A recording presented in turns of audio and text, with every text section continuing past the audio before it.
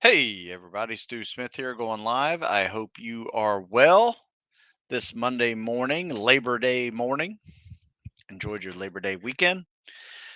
I want to discuss a few things. Got a great idea the other day where someone emailed me and said, "Hey, I'm a really good runner. In fact, I'm training for a marathon, but the guys in my platoon, when we ruck, they ruck so much better than I do, but I can outrun them." And he was just asking why. It's a basic question. Um, even though he can outrun them on a 3 mile test. These guys were Marines, but he could not outruck them. And obviously, he was kind of understanding what was happening, but how could he make this better for him?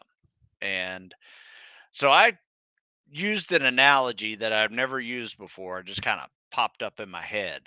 And I wanted to run this past you guys while you guys congregate on here and start asking questions, because I will do some live Q&A at the end of this little discussion.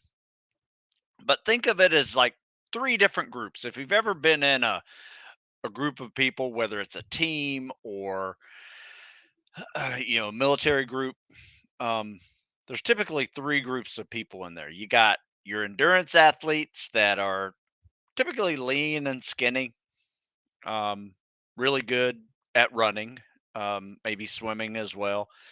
And then you got your former power athletes that are bigger, stronger, um, not necessarily the fastest runner, but do okay. And you got the hybrid guys who maybe have done multi sports in their athletic history. Maybe they were really, and this is typical, they're typically really small when they first start high school. And so they may do an endurance sport like swimming or cross country, things like that. And they get really good at their cardio. Then maybe they have a growth spurt somewhere in that first, second year. They get a little bigger, they put on some mass, maybe not ideal for running anymore, but they go play a different sport that's a little tougher that requires some lifting, like um, when I say tougher, I mean just impact sports that are just bruising on you. um, so they lift a little more and they play football and they play lacrosse or they go wrestle, where there's an upper body strength requirement as well as good cardio. So they go into this high school, post high school career looking into military service, and they're this really well rounded athlete where they've worked on their endurance, they've worked on their strength, and I call them the hybrid athlete, kind of like my unicorn athlete that I have. And we got a couple of them right now that are wrestlers who can swim. Right, those guys do really well. Pound for pound, they're really strong. They're not the biggest guys, not all of them, but there's a weight range. But they're strong pound for pound. They have great endurance, and if they can swim, they do really well at training like recon or SEALs or things like that. So I came up with this analogy. Let me know what you think. You got cars, trucks, and SUVs. So your cars are your runners, your athletes, right? Your running at endurance athletes. Maybe you got two types of cars in there. You got your, regular cars that are pretty fast. You go. They can't carry a lot, but they can go fast, right? Then you got your sprinters who are kind of like the drag racers, that go for like 40 yards, 100 meters, 400 meters, and anything after that's long distance, right? They'll probably blow up if they run longer than that. Talking about the cars. Um, so you got your running athletes and your sprinters, two different body types altogether. So these are really kind of two groups in one, because those sprinters tend to have some power to produce speed. They have some strength, foundation in there. They just can't go for very far. So their weakness is kind of longer, slower distance type stuff. So they need to work on their muscle stamina and endurance. Whereas the runner or swimmer or rower, they need to work on their strength, whether that is upper body strength, pushing, pulling, leg strength.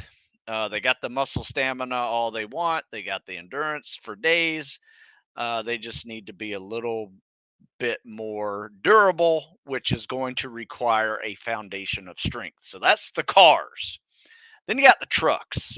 And the trucks are those guys that can just throw in bunch of weight in the back, maybe the not as the fastest on a track, but off road with a load, they're they're in the front of the pack, right? Those are kind of like the strength power athletes that might have not really thoroughly evolved into an endurance hybrid yet, but they got that foundation of strength that makes them durable.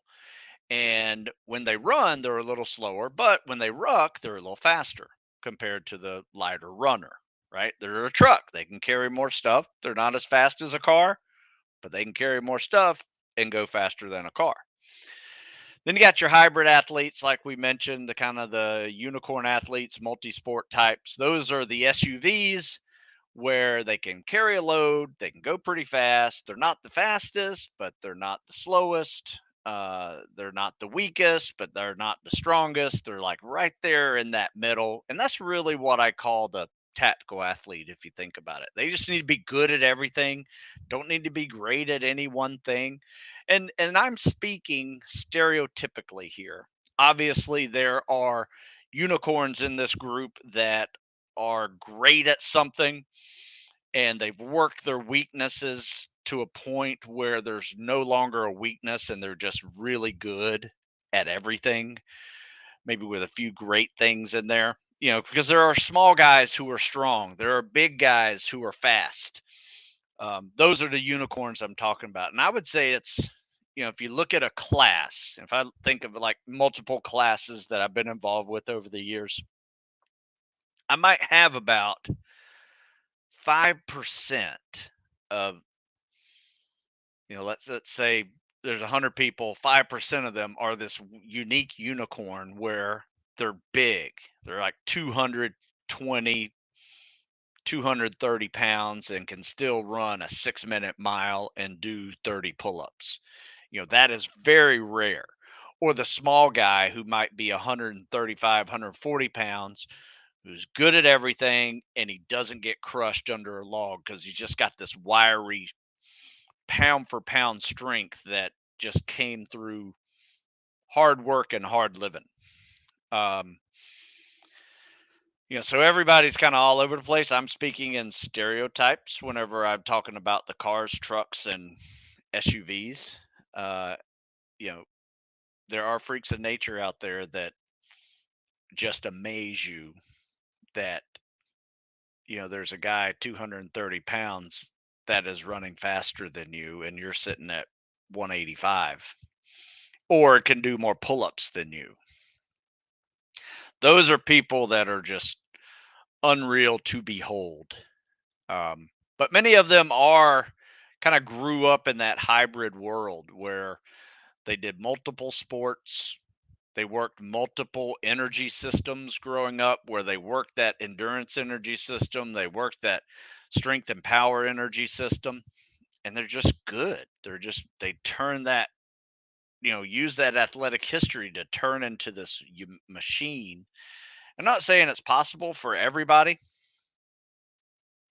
but you can still get really good at everything. And here's the best thing about it. I've been talking about athletes. You don't need to be an athlete to be in really good shape, right? You just need to be able to work in a way where you progress with your strength training. Then you do a cycle of calisthenics and cardio, and you progress with your endurance and muscle stamina training. You got that foundation of strength that is now getting a little bit more work capacity added to it. and then you come back around, you do it again. Next thing you know, you got durability with work capacity put in there together, and you got yourself this nice little hybrid athlete that is capable of doing things like load bearing activities, rucking logs and boats. You can run fast. You can run through obstacle courses. You could run for days if you needed to. You could swim long distances. You could swim short distances and fast. You can do high rep calisthenics. You can go in the weight room and lift. When we talk about what a tactical athlete is, you really have to be good at all of those things. And you don't have to be great at any one of them, just good at all of them, right? There's no world class athlete needed in these professions, right? To get through SEAL training, you don't need to be a world class swimmer or a world class runner, and definitely not a world class lifter, because there's a lot more swimming and running than there is load bearing in SEAL training. So when people say it's your cardio matters, it really does, because that's probably going to be the biggest thing that gets you kicked out of there is failing 4 mile timed runs, number one, failing a swim, number two, not being able to complete the obstacle course because your your grip is not good. Um, and then the other parts are just being cold and wet and miserable and handling discomfort. Um, but those first 5 weeks are very front end loaded on load bearing. You're going to be basically in the soft sand with boats and logs, carrying people, and that load bearing activity, specifically talking about SEAL training, is what gets most people in those first 5 weeks. So you need to go in there with some durability, but you also need to go in there with an extra dose of multi discipline cardio activities. That means running, rucking, swimming. And that's the journey, folks. So which one are you? Are you a car? You a truck? Or are you an SUV? And remember, there's two types of cars. There's your standard cars, and you got your uh, what do you call them? Race cars, I guess. Stock cars. What are those cars that do like the quarter-mile sprints? Drag racers. That's right. So, truck. So if you're a truck, you probably got your strength and power taken care of. You need to focus on muscle stamina and endurance and grip. Some of the bigger guys, I remember me talking about grip crushing the obstacle course. If you're a bigger guy going through that obstacle course and you're wondering why 15 obstacles in you can't hold on to anything, is well, if you're 210, 220 pounds, that's a lot of stress on those grip muscles. And you got to work them. You got to have a good grip. So yeah, endurance, cows and cardio. It's all you. My personal recommendation, if you're a truck, go with this, right? Especially if you've never done much running, you've never done much cows and cardio. If you're you're pretty good at the cows and cardio, but you need just a little more. Um, this one's a great one too. It's mostly cows and cardio, has running, rucking, swimming, pull ups, push ups, sit ups, got a little bit of lifting in the back end side for the performance test that you got to do. All right, this is funny. More of a moped Vespa scooter. I'm not quite sure what that is. Maybe that's the non athlete getting into this journey. That's a good analogy. I got to use that one later. That's a good one. All right, let's see here. Um, yeah, lots of pull ups. Okay, as a bigger guy doing ruck training, 6'2", 210 pounds, was planning on going to 70 pounds from 50 to provide more challenge, but not sure if my bag will hold up. Does the vest count? Um, to be honest with you, I would not necessarily worry about going heavier. I would focus on just going a little bit faster versus going heavier. Now, it also depends on what you're trying to do. Like if you're going to buds, you're not going to see over 50 pounds in any of your training. You might see 60, 55, 60. But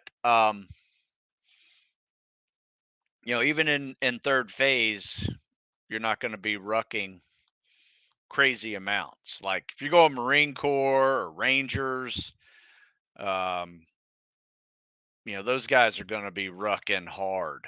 Some of those like infantry guys in the Marine Corps are 80 pounds minimum, right? Some of them are even over 100-pound rucks.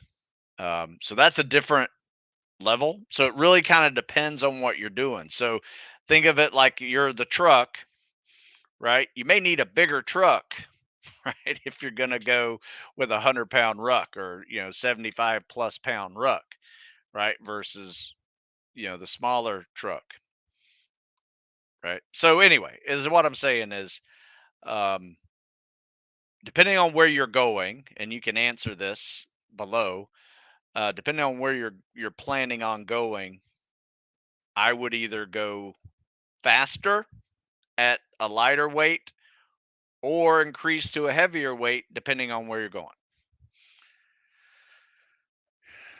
Very close to me. I'm pushing 220 and I have more mass. Yeah, 220 is big, especially in this journey. And if you're flirting with what, 6'1", what are you, 6'2", 210? That's good. You can handle 210. It's just you got to make sure your grippers can handle 210 or drop down to 200 depending on where you're going. Thought my grip was awesome till I went rock climbing with my girlfriend a couple weeks ago. Yeah, you know, rock climbing's a different story too. You definitely need more. Um, that's tough. That's the tough test, rock climbing. Um, you do that for a very long period of time versus like the O course is like a 7-minute run through at Buds. It's hard, but it's only 7 minutes long, right? So you don't have to necessarily have the grip of a rock climber to get through the O course. So just remember that. That was my best years of fitness when I did lots of cross training with running, swimming, cows, and weights. My best 3 mile was a 17:23. Woo! That's good, sir. Good, sir. Nice. That's a good 3 mile run. But yeah, you're right, man. Cross training is key. And if you're trying to be a tactical athlete, a military, police, firefighter, you just really need to be good at everything. That seven thing, like take it this way. I mean, 17:23. I mean, you're somewhere between a 5:30 and a 6-minute mile with that time. And while that is really good in the military, it's nowhere near collegiate cross country. Like you won't make a cross country team with a 17:23. So you don't need to be any faster than that, right? If you're coming in with a 15-minute 3 mile, chances are there's a lot of other things you cannot do because you are just that fast. So everybody comes into this journey with a certain amount of strengths and weaknesses. And if you can get those strengths, um, and some of them you may need to get those strengths, let yourself lose a little bit of stuff, because I was a heavy powerlifting guy, and I didn't lift weights for a solid year before I became a really good spec ops candidate, because I needed to work on my muscle stamina and my cardio. right? It was that bad. It wasn't horrible, but it was just that bad compared to what I needed to be.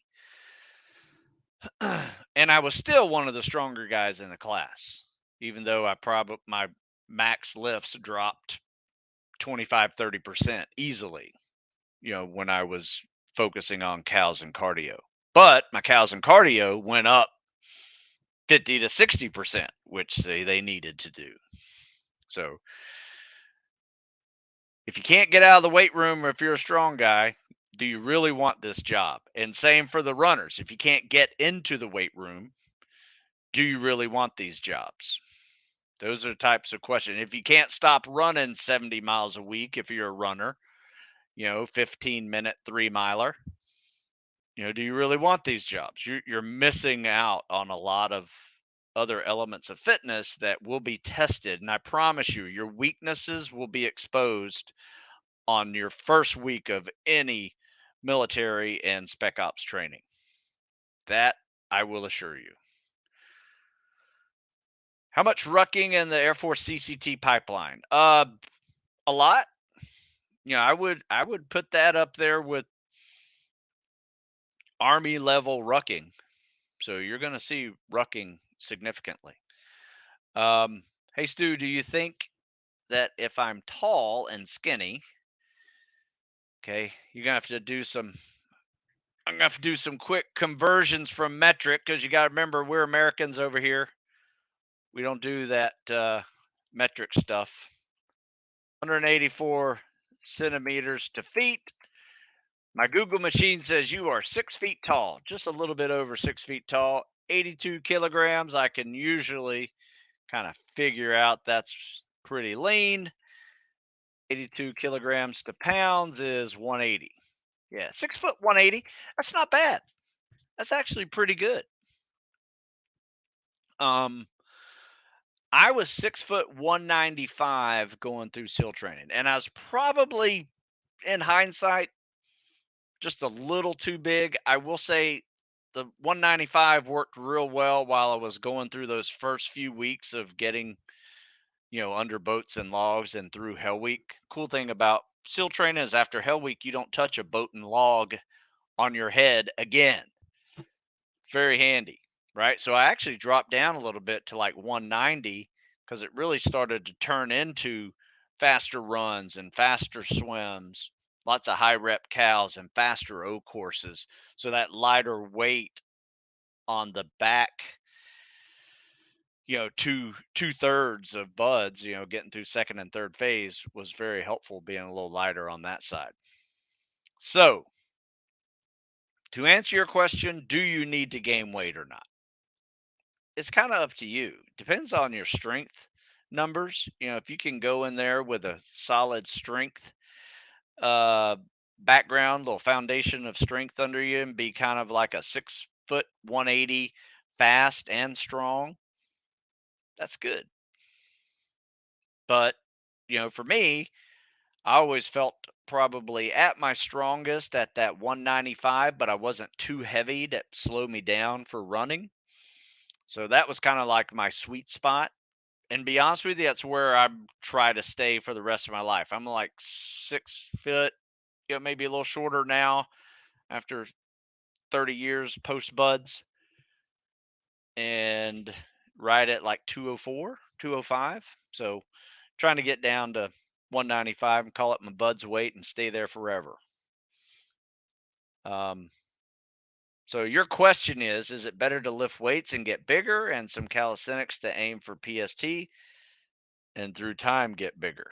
At 17 years old, you will get bigger because you probably are not through growing yet. Now, the only problem is you may also get taller, which could make your height to weight ratio a little bit more challenging for you. So, you're going through growth spurts. All you have to do is feed it, right? Eat well, you're going to grow, right? And by the time you're 21, 22, you're probably done growing at that point.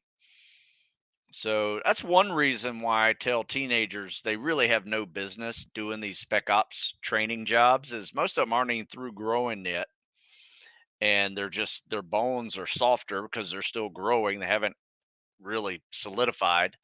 So they are very susceptible to stress fractures, shin splints, those type of injuries. Um, and it's just harder on them. They got to eat more just to not lose weight. So anyway, that's just one of my recommendations, opinions. We all have opinions. Want to go to CRO? From what I've read, a heavy ruck and swim emphasis at ANS. Yes, I would agree with that. So run, ruck, swim, highly recommended. All of those will matter. And that CRO test is no joke.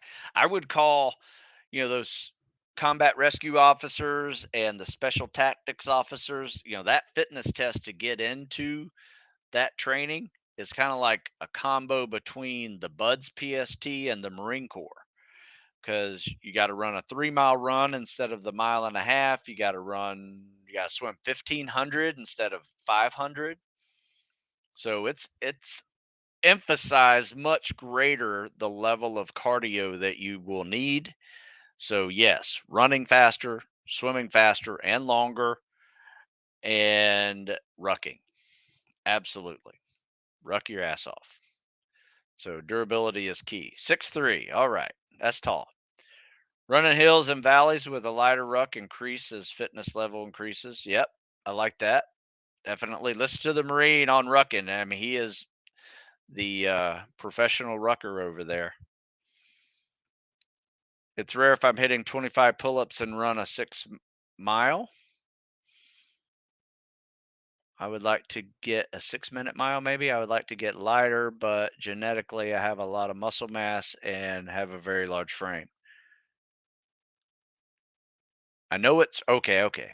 Yeah. I'm sorry. I'm not getting your abbreviations. Don't speak text language very well. So I know it's rare, but I'm hitting 25 pull-ups and run a 6 mile. I'm assuming you mean a 6 minute mile because a lot of people can run 6 miles. Also depends on how heavy you are at that level. I can't remember what your height and weight is. Oh, you're pushing 220. Yeah, that's big. If you're hitting 25 pull-ups at 220, that's impressive. Chances are there's another weakness though. And we got to find out what your weakness is by assessing you. What's your timed runs, what's your lifts, what's your shuttle runs, what's your hang time, how long can you hang on a pull-up bar? All of those things come into giving me a good idea where your strengths and weaknesses are. In fact, if you want a really good tool I use all the time, check this out. Um, I just put a link in the comment section. It's just my assessment tool that I've used for years that I've seen people that I have assessed personally that I've seen make it through buds and SF training and Marine Corps training, infantry officer school, recon, MARSOC guys, PJs, if they are hitting these numbers, they are doing really well in those schools. And I've been doing this for a long time. So I've got a lot of statistics that support these numbers and people who've gone on to do very well in these professions. Currently have a 5 mile and a half for my PST time. I definitely want to get that to sub 9. I would recommend that too. Any tips on getting that mile and a half run time down? Yeah, learn how to run a 6 minute mile. Learn how to run multiple minute and a half 400s. Run as many as you can until 400s are easy. And then up it a notch to 800s and see if you can get an 800 in 3 minutes. Now, notice what I'm saying here. I'm not saying run your 800 in 230. I'm saying run your 800 in 3 minutes. Run your 400s in a minute 30. You need to learn your pace that's going to get you a 6 minute mile. I call this goal pace running. That's the number one way to do it. And you want multiple times a week working on your goal pace. Now, you can spend one day of the week doing some sprints. Nothing wrong with that. Doing some hills, doing some soft sand running. That's all great. Then spend another day if you want doing a long, slow distance run. But if you're not used to running that many miles in a week, you may want to do more non impact cardio. Some of the worst advice I've ever seen people get with running is unfortunately from a running coach who is used to coaching runners.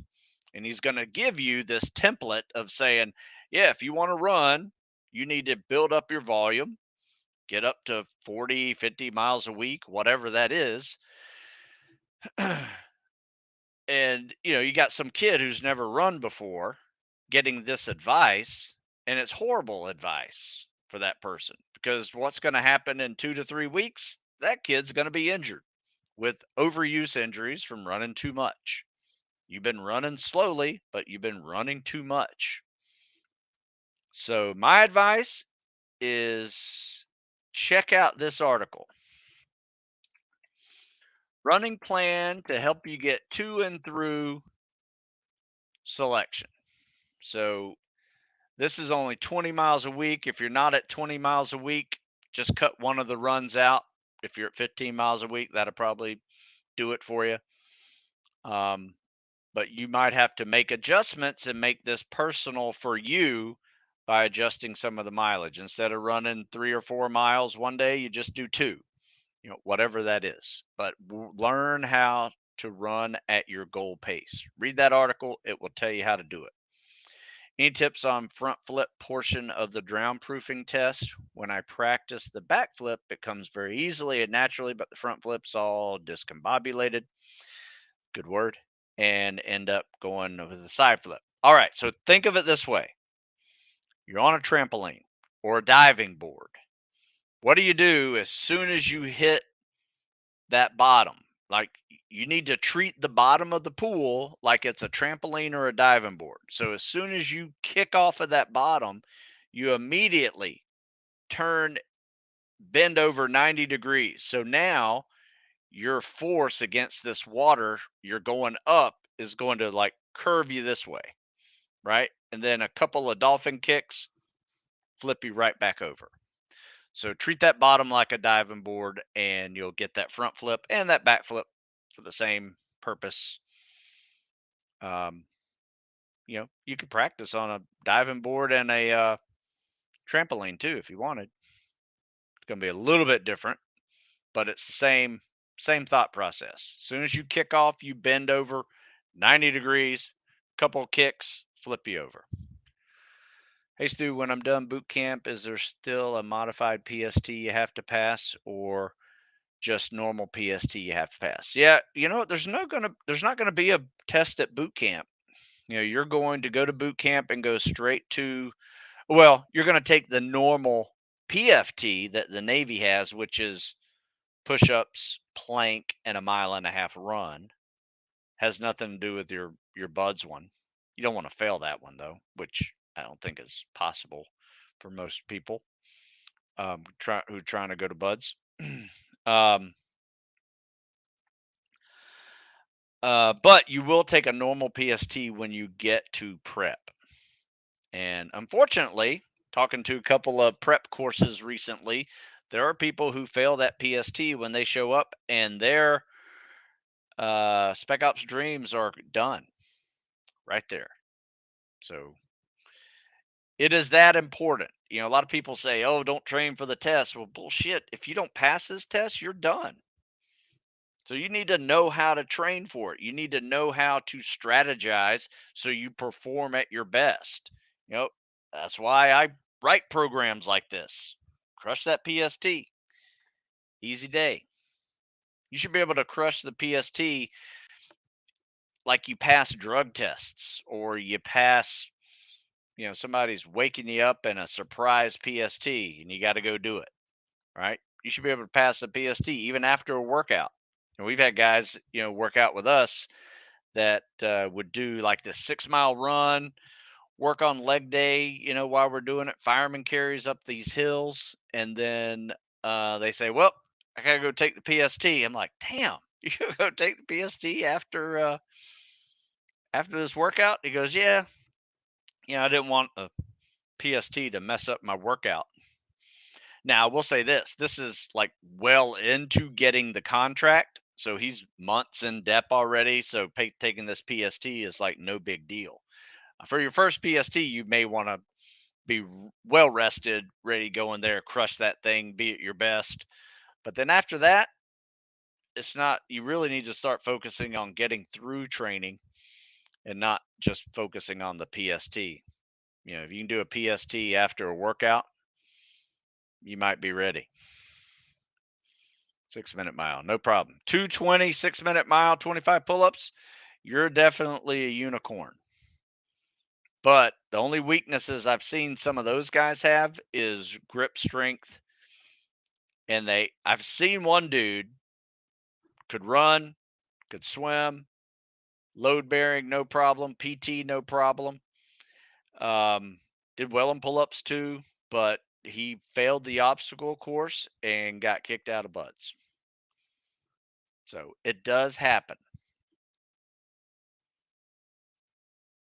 Now I will say he was big and he running on that beach he was a little slower. So he wasn't running 6 minute miles for 4 miles.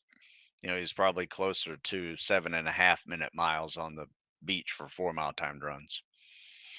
But he could run a 6 minute mile for the PST. All right. So I run a 9:45, 1.5 mile currently, and want to get that down. That's perfect. Nothing wrong with that. Learn how to run a 6 minute mile. That's what you need to do. Learn how to pace yourself. Your first lap is going to be a 1:30. Your second lap is going to be 3 minutes. Your third lap, 4:30. Your fourth lap, 6 minutes. Your fifth lap, 7:30. Your sixth lap, 9 minutes.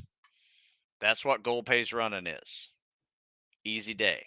Now, if you got a little juice left on you on that last lap, you might be able to pick it up, maybe hit 80, 85 seconds and break 9 minutes. But that is strategically planning your mile and a half versus just saying, I wonder what I'm going to get. Unfortunately, stupid people do that and they have no idea what they're going to get and they fail. So I shouldn't say stupid, unprepared. And if you're unprepared going into a PST, yeah, you're stupid. I was just a hybrid athlete my whole between football and soccer. Okay, I'll give it to you. How's your swimming? 'Cause that's another segment of this journey. If you're going, you know, Spec War, Air Force, Marine Corps, Navy. Any experience with fibula injuries? Fib tips? Yeah, a little bit. After swimming with fins, I experienced a bit of an ankle pain, which seemed to move to my lower leg. Putting any pressure on it hurts, making it hard to squat and run. Well, here's the problem. This happens all the time. Depending on what is actually going on, chances are you just have immobile ankles. So you need to work on your ankle mobility. So when you put on a pair of fins, it's not stretching them to an extreme of your range of motion. Right. That's why I like to recommend people who've never worn fins before get an easy pair of fins to start off with, then get the issued rocket fins or jet fins, build up to those. Otherwise, your ankles are going to hurt. Your ankles are going to hurt anyway. So I remember everybody that, including myself, everybody that puts on a pair of fins for the first time, Usually got about 400 or 500 yards of swimming with them in before their knees or their ankles hurt so bad that they can't even kick anymore. So you got to take them off, keep swimming a couple hundred yards more, loosen up those ankles again, see if you can put them on, maybe put on an easier pair of fins, finish up, see how far you can get. And then each week it's going to get better. And it takes about 4 to 6 weeks before you quit hurting when you swim with fins. So, my first thing is you just need more ankle mobility. However, could you injure it through swimming with fins? It is possible. Maybe you could have torn something. I don't know. Um, but it goes up. It's going to go up into your leg a little bit. Ankles. Think about all those ligaments that are keeping that ankle stable. You need to work on your ankle mobility so much that when you point your toe, it has 0 degree angle and it looks like a ballerina's point.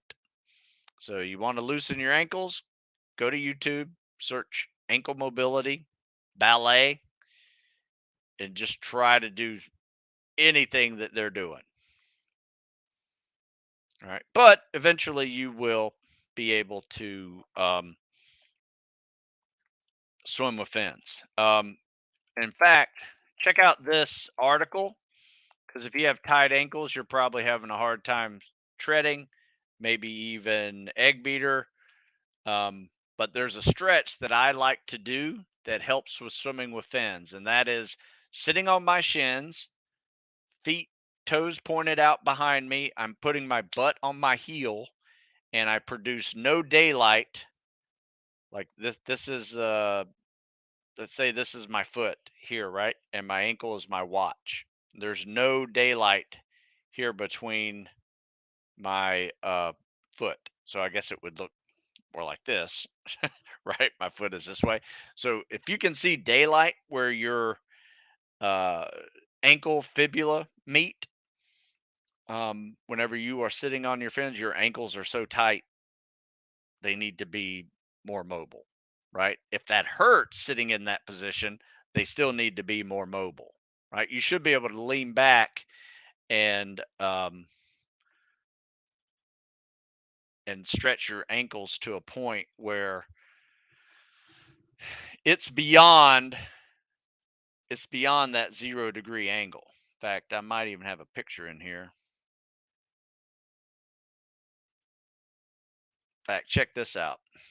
So this is I put an article in there too, by the way. Check out this picture. This is the picture I'm talking about for treading. These three stretches right here really help you with your um, treading issues. Let me move this out of the way here. Um, Treading and swimming with fin issues. This first one up here is called the frog pose, and if you notice, my feet are flexed out.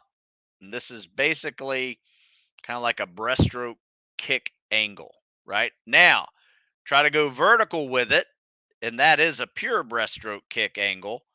And if you are trying to tread, I'm using all of this, my shin and my ankle, like I'm kicking a soccer ball down to the bottom of the pool.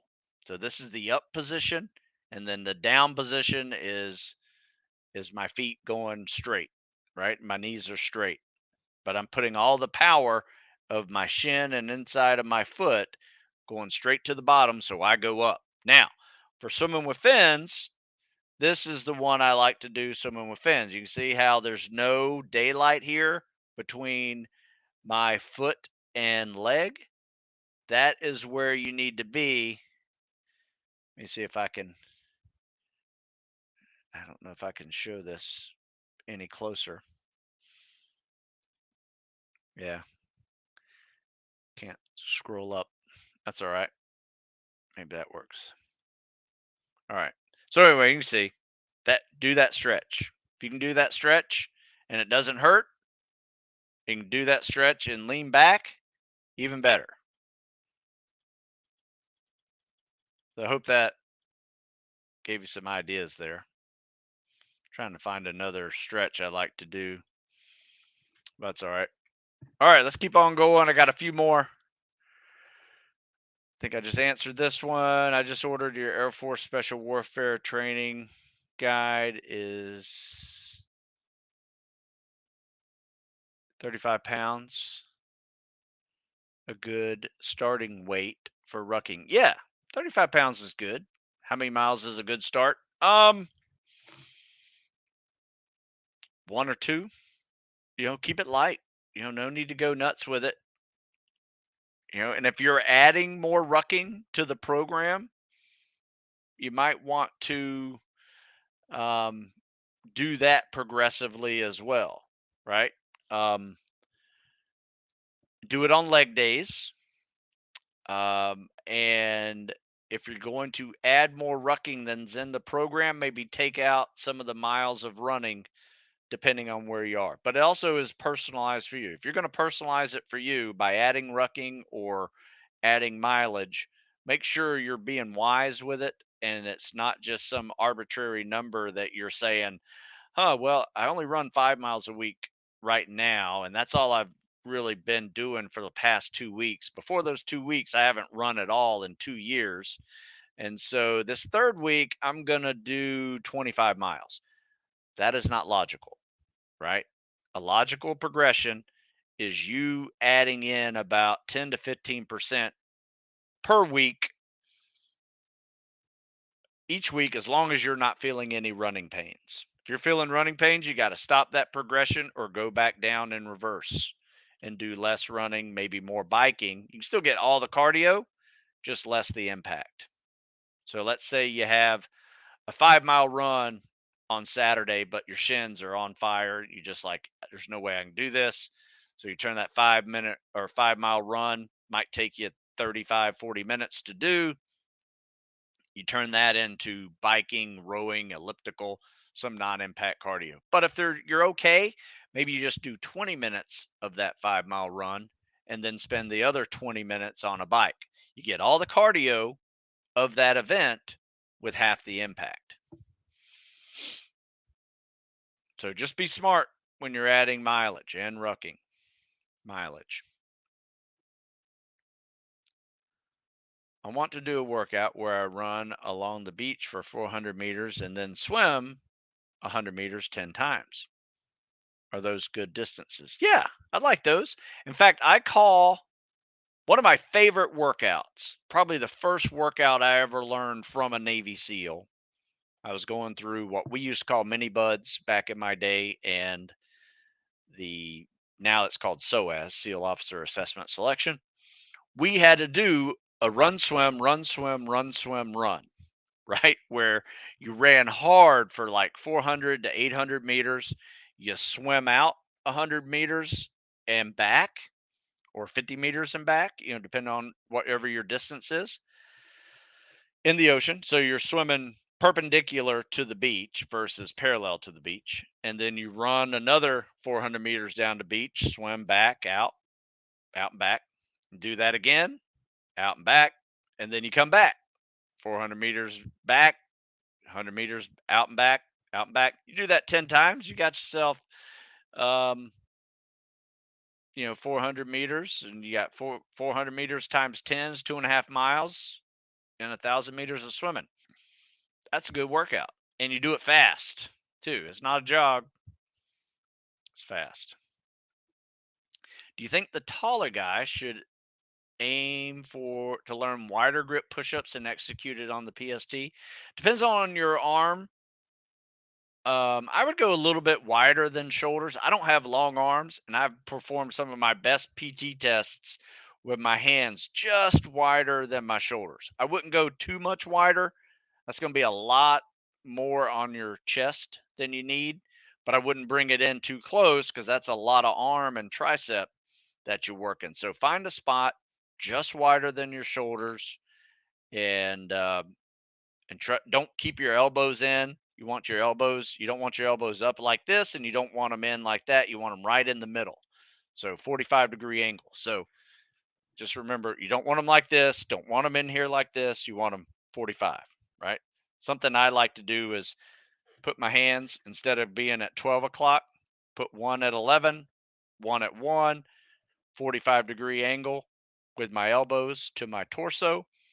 That is a good push-up position. Just a little bit wider than your shoulders. Do you know about South Korea's UDT SEAL? Yeah, absolutely. In fact, we had 2 South Koreans in my buds class, and they're still in today. I think they're at South Korea's version of SEAL Team 6, actually.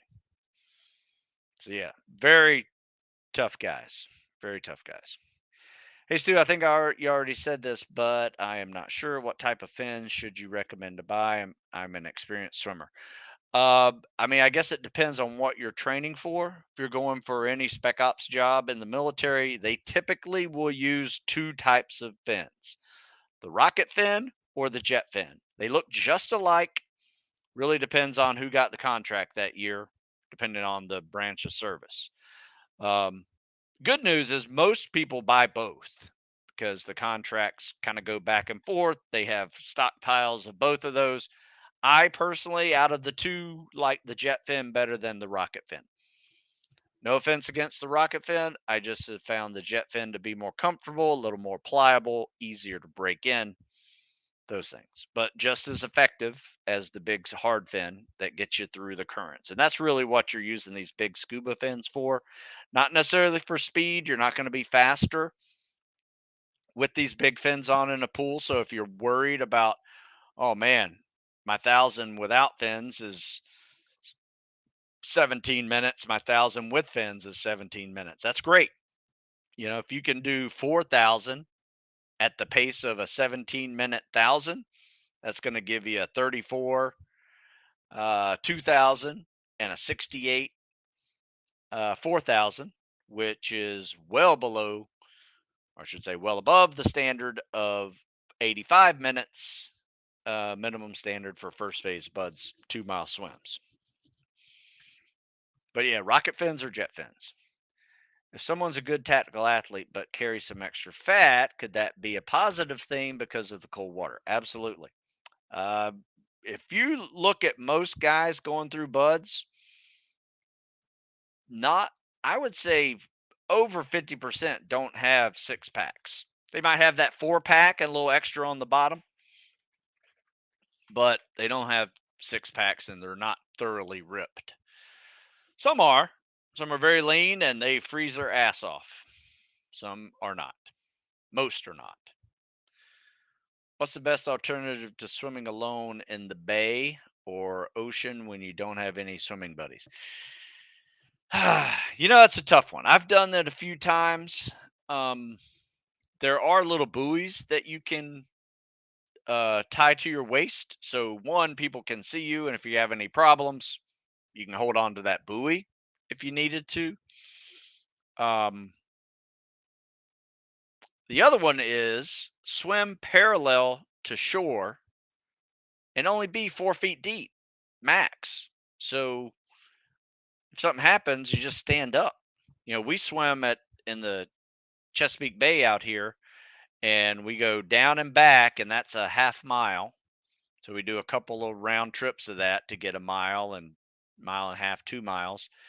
And if anybody has a problem, as long as they're inside those buoys, they are only 4, maybe 5 foot deep. So find an area if you're swimming in a bay or ocean that is just shallow. So it's not that big a deal. You're swimming in a shallow pool. As long as you're not doing breath holds, I think you'll be all right. But definitely have a buoy, um, just so boats see you. Also wanted to mention the cooking with stew posts are very helpful. Thank you. Yeah, well, thank you. I appreciate that. I saw a couple people are like, what is this? Kind of annoyed by it. But I am, to be honest with you, Raul, I am doing these for my son. My son is a junior in college. He lives in an apartment with 4 other dudes, and none of them know how to cook.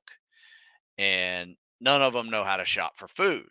So part of my idea that I had was, he didn't have the patience to go shopping with me, and he didn't want to watch me cook too much. I mean, I showed him how to cook a few things, you know, but he just didn't work out. He had other things to do. So I was like, what's a good way to teach him?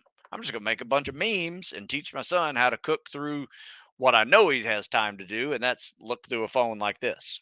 So that's kind of what I've been doing. You know, is what it is. I hope other people will learn about it. I got a bunch of bachelors that train with us that I know are using it as well. I even had a day the other day where they all came over and I made burrito bowls for everybody. And I wanted them to compare it with chick uh chipotle.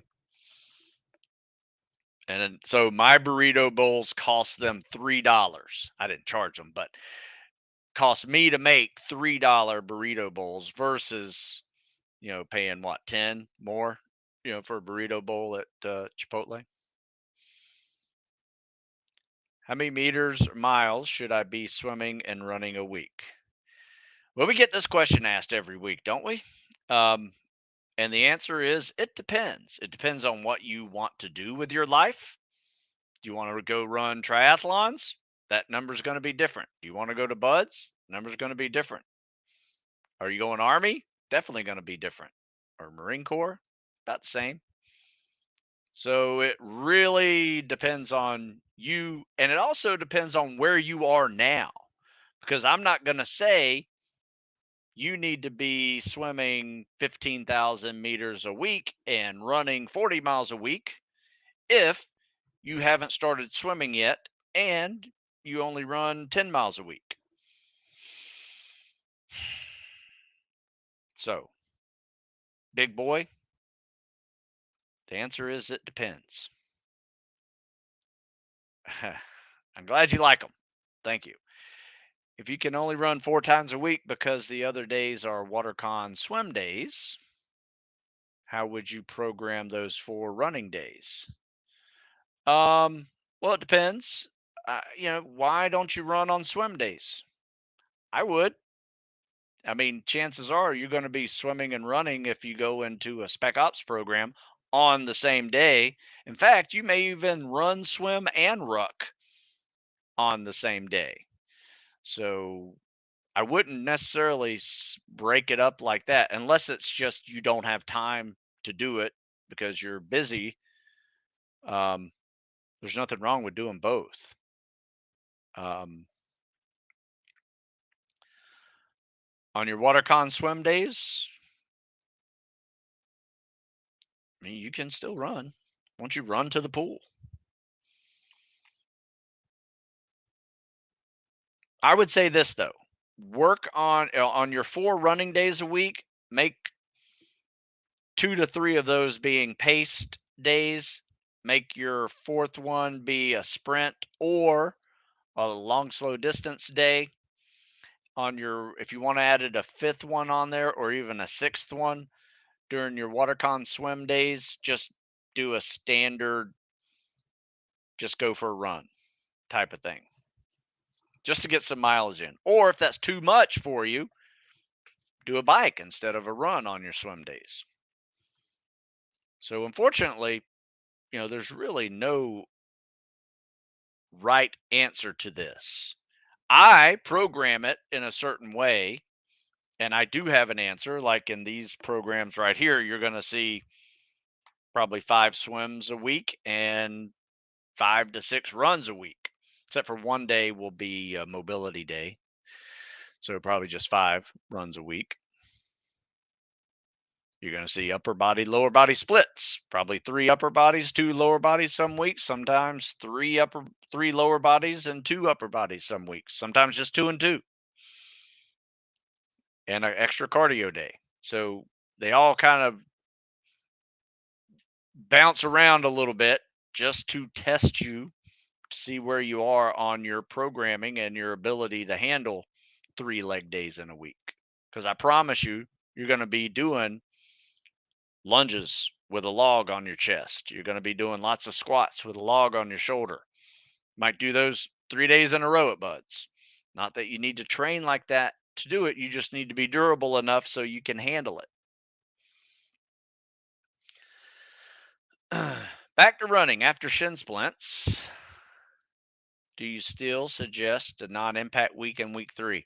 I highly suggest it, especially after an injury that caused you not to run. You got to treat yourself like a beginner runner. Those first 2 weeks are kind of a progression. Let's see how you handle it. All non impact cardio that third week. Or I am happy to compromise with take whatever you did on week 2, cut it in half, but turn the other half of that running time into biking or another non impact cardio activity. That would be my compromise to someone who may not need the full week off of running, but you need a full week of cardio still. Just it really depends on your susceptibility to shin splints and other injuries. DIY burrito bowl. Yep. If you're wondering how I make those, you can check it out on my Instagram because I've been posting some food posts on there lately, which are kind of fun. And my son is cooking for his roommates and they love them. So that's really all the feedback I need.